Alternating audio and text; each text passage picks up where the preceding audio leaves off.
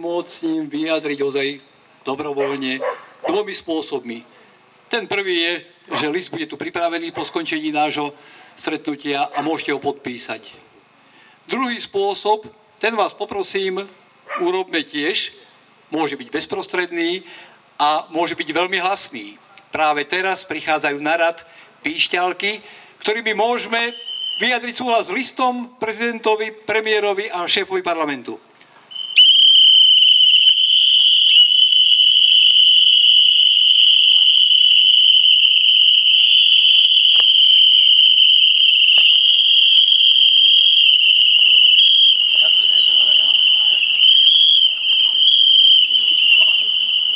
Pán prezident, bolo počuť? Dá sa, že áno. Alebo uvidíme. Nebolo to zbytočné. Ani hlas píšťaliek, ktorý sa tu ozval. A mimochodom, viete prečo píšťalky? Nebola to spomienka na detské roky. Ja neviem dobre po anglicky, ale neviem skoro vôbec. Ale vo svete sa označuje bojovník s korupciou slovíčkom whistleblower.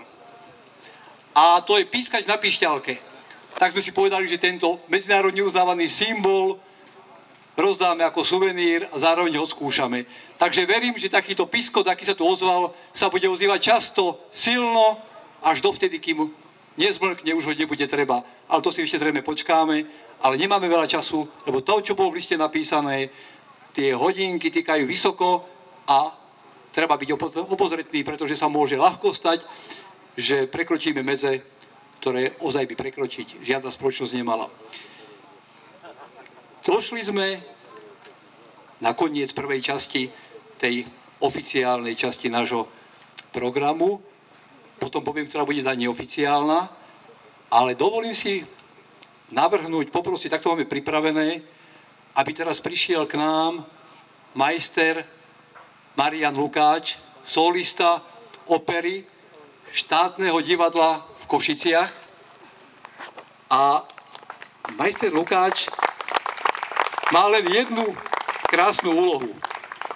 Ale ja k tej úlohe chcem ešte niečo dodať.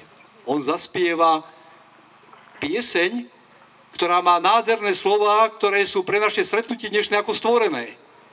A je to pieseň všeobecne známa, ktorú by sme mali, ja verím, že tak sa aj stane, s majstrom Lukáčom zaspievať. Je to hymna Slovenskej republiky. Majstre. Nad Tatrou sa blízka hromy divo bijú. Nad Tatrou sa blízka hromy divo bijú. Zastavme ich, bratia, veď sa oni stratia, Slováci ožijú. Zastavme ich, bratia, veď sa oni stratia, Slováci ožijú. To Slovensko naše posiaľ tvrdo spalo.